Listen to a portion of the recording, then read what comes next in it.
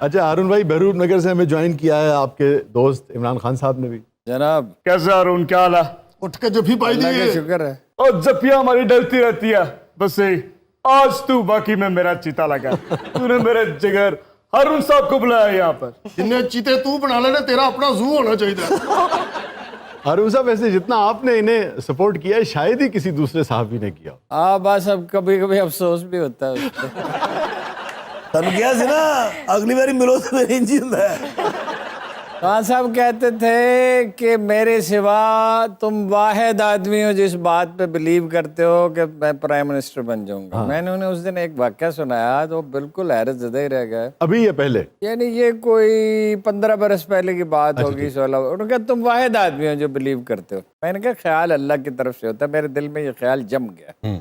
تو میں نے اس دن انہیں بتایا کہ میں نے 83 میں ایک آرٹیکل لکھا تھا کہ یہ آدمی پالیٹکس جوائن کرے گا اور اس میں کوئی رول پلے کرے گا. انہوں نے کہا واقعی؟ میں نے کہا وہ ریکارڈ پہ ہے، روزنامہ جنگ میں چھپا ہوا ہے. تو انہوں نے کہا کیسے؟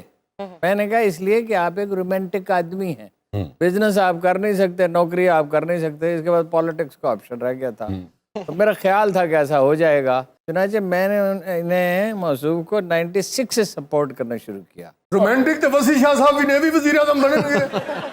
شاہ صاحب یہی کریں گے جو کر رہے ہیں. ہم اسی میں خوش ہیں الحمدللہ. تو چنانچہ 96 میں جب انہوں نے فیصلہ کیا تو میں نے سپورٹ کیا انہیں پوری طرح سے. وہ جو براؤن صاحب والا کالم تھا اس میں آپ کا کوئی ہاتھ تھا؟ نہیں میرا جو کالم انہوں نے پارٹی لانچ کرنے سے پہلے لکھے اس میں میرا کوئی دخل نہیں تھا. بعد میں انہوں نے کچھ چیزیں لکھی جو جس میں تھوڑا بہت مشورہ پوچھا. کتاب کی تو خیر پورا ہی ترجمہ آپ نے کیا تھا. کتاب کا ترجمہ میں نے کتاب کا ترجمہ نہیں کیا، اسے ایڈٹ کیا. اچھا ٹھیک ہے. اس کتاب میں ایسی بہت سی چیزیں تھیں جو پاکستانی آڈینس کے لیے مناسب نہیں. اور اس میں ایک اور بات ہے جو خان صاحب کو کتاب چھپنے کے بعد میں نے بتائی کہ اس کا آخری چیپٹر میں نے خود ہی لکھ دیا، اس لیے کہ اس کو چھپے ہوئے انگریزی میں کچھ عرصہ ہو گیا تھا. جب 30 اکتوبر 11 کا جلسہ ہوا تو پھر میں نے ملنا کم کر دیا انہیں.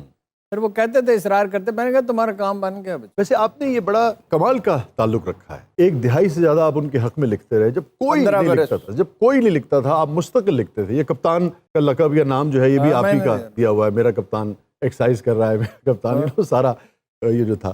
اور اس کے بعد پھر آپ نے ایک ڈسٹنس جو ہے وہ اختیار کیا. اچھا ڈسٹنس اختیار کرنے کے بعد ہم یہ دیکھتے ہیں کہ آپ ٹاکسک نہیں ہوئے ان کی طرف. آپ نے اس طرح سے تنقید نہیں کی جس طرح سے انہیں چھوڑنے والوں نے کی. یہ کیسے آپ نے؟ ڈسٹینس ادو آیا جدو وہ کپتان ہو گیا. وہ دیکھیے نا، وہ خورشید رضوی کا شعر ہے کہ کب نکلتا ہے کوئی دل میں اتر جانے کے بعد اس گلی کی دوسری جانب کوئی رستہ نہیں. تو دوستوں کے ساتھ یہ نہیں ہے آپ کا. نمبر 1. نمبر 2، حکومت میں آنے کے معاشرے کا عمومی رویہ ہے نہیں ہارون صاحب. عمومی رویہ نہیں. دوسری بات یہ ہے کہ انہوں نے آنے کے بعد اس میں غلطیاں تو بہت کی. عثمان بزدار جیسی غلطی کی. وہ تو مانتے ہی نہیں. ہاں وہ نہیں وہ تو کہتے میرا تورا امتیاز ہے عثمان بزدار ہے. میرے سامنے تو مانتے. آپ کے سامنے مانتے ہیں؟ میرے سامنے. اچھا تسی کر لے وہ بس یہ کہتے ہیں کہ یار چھوڑ دے. اصل میں بزدار میرا وسیم اکرم پلس تھا، لیکن اس کی بہت سوئنگ ہونا بند ہو گئی تھی. 3 سال میں ان سے نہیں ملا.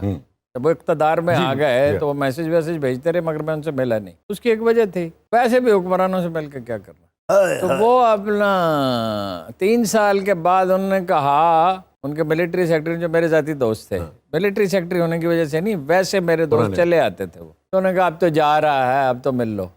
میں گاڑی پہ بیٹھا، کچھ کہے بتائے بغیر چلا گیا وہاں. اور وہ جب انہیں پتہ چلوں گا چاؤ تو ایز آئی انٹرڈ ان تو اس نے کہا تمہیں مجھے اتنا غصہ کیوں تھا مجھ پر، کس بات کا غصہ تھا؟ میں نے کہا آرام سے بیٹھو، میں ابھی تمہیں بتا. خان صاحب نے ایک جملہ کیا ہے اور تاریخی جملہ. اچھا ان کا آپ آئے ہو جب چڑیاں چونکیں گے. اچھا وہ آپ کھیت سے تو مجھے لینا دینا کچھ نہیں تھا. تو اس نے کہا چائے لاؤ. میں نے کہا حد ہو گئی، آپ تو یہ بھی بھول گئے کہ میں چائے ہی نہیں پیتا. میں نے کہا دودھ منگواؤ، شہد منگواؤ، پھر میں تمہیں بتاتا ہوں. تنہائی میں نے تم کہتا تھا، لوگوں کے سامنے لوگوں کے لیڈر ہیں تو ظاہر خان صاحب ہی کہتا تھا. اچھا کس بات کا غصہ تھا؟ میں نے کہا حضور ذرا آگے جھک کر، حضور شجرکاری کی حمایت کی، آپ کے ڈیم بنایا آپ نے حمایت کی، کرونا سے اچھا فائٹ کیا اس کی حمایت کی، حساس پروگرام کی حمایت کی، بے نظیر پروگرام سے 9 لاکھ غیر مستحق نکالے اس کی حمایت کی. اس کے علاوہ آپ کا کون سا کارنامہ ہے جس کی میں حمایت کرتا؟ اس پہ وہ بالکل ذرا پیچھے ہٹ کے بیٹھ کے کہا ہاں یہ تو میری بیگم بھی کہتی ہیں کہ آپ نے جو اچھے کام کیا اس کی حمایت کرتے ہیں. بس اس پہ بات خان صاحب ایسے پچھلی باتیں یاد نہیں رکھتے, یہ لوگوں کو اندازہ نہیں ہے کہ پچھلی باتیں بھول جاتے ہیں. انہوں نے مجھے کہا کہ تم نہیں جا سکتے. میں نے کہا میں جا رہا ہوں حضور, مجھے کام ہے. مگر پھر 5 گھنٹے انہوں نے مجھے جانے نہیں دیا. اس دن میں نے بڑی گہری دل کی بات صرف ایک بات کی کہ عثمان بزدار کے ہوتے ہوئے پنجاب چل سکتا ہے. میں نے کہا نہیں. تو آپ نے پوچھا کون؟ میں نے کہا چودھری پرویز الہی. تو آپ نے کہا کون تھا, آپ کو یاد ہوگا, کس لیے؟ میں نے کہا وہی ڈیمیج کر سکتا ہے نون لیگ کو. کیا بات ہے ارون صاحب, دودھ وچ شہد پا کے پیتا ہوئے دل دیاں گلاں تے ہوندیاں نے. اور زیادہ مزے کی بات ہے کہ پیار تب بھی بڑھتا ہے جب میں نے خود شہد ملایا دودھ میں, تب اور زیادہ پیار. جناب نے کبھی نہیں ملایا, اسی خود ہی ملایا. وہ تو ارون صاحب لکھا کرتے تھے نا کہ گھر میں جاتے تھے تو اپنی مرضی سے جناب مرغی بھی آتی تھی بناتے تھے, آپ تو ایکسرسائز کر رہے ہوتے تھے. ایکسرسائز میں کرتا تھا, مجھے ڈانٹتے تھے اور بس کرو سیاست پہ دھیان دو.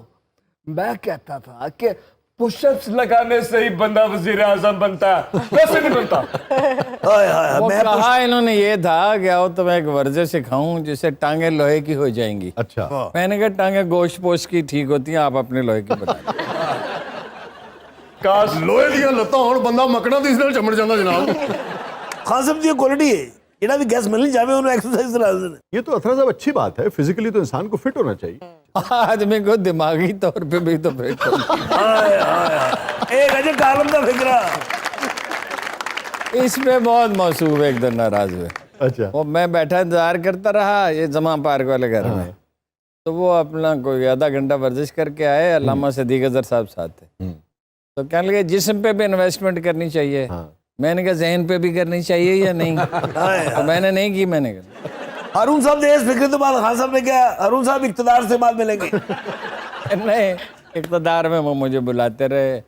شاہی قلعہ میں بڑا ایک شاندار ڈنر تھا. فواد سے کہا کہ کسی طرح اس کو لے آؤ. میں نے کہا پھر ملیں گے. یار پھر میرا ارادہ یہی تھا کہ پرائم منسٹرشپ ختم ہوگی تو ملیں گے, لیکن پھر آخر ترس آ جاتا ہے. پرانے دوست ہیں. میاں صاحب کو کیڑا اقتدار ہے, میٹنگ فکس کراواں جناب. میاں صاحب نال جی لنڈن سر. سر تسی ਇਹਨਾਂ ਨੂੰ ਪੁੱਛ ਸਕਦੇ ਹੋ, ਮੈਂ ਕਦੀ ਆਪਣੇ ਸ਼ਾਮ ਦਾ ਵਕਤ ਜ਼ਾਇਆ ਨਹੀਂ ਕੀਤਾ. کیا کہنا ہے. اچھا ہارون بھائی, ویسے آپ کو تو ذاتی بھی مجھے لگتا ہے کہ محبت رہی, ایک دوست کی حیثیت سے بھی آپ کی بڑی قربت ہے عمران کے ساتھ. I had a liking. دیکھیے وہ جناب علی کرم اللہ وجہ سے پوچھا جناب عمر فاروق اعظم نے, اس کی کیا وجہ ہے کہ کچھ لوگ اچھے ہوتے ہیں مگر اچھے لگتے نہیں, اور کچھ لوگ اچھے نہیں ہوتے مگر پھر بھی دل ان کی طرف لپکتا ہے, اس کی کیا وجہ ہے؟ آپ نے کبھی ان سے پوچھا تھا یعنی جناب رسالت نے؟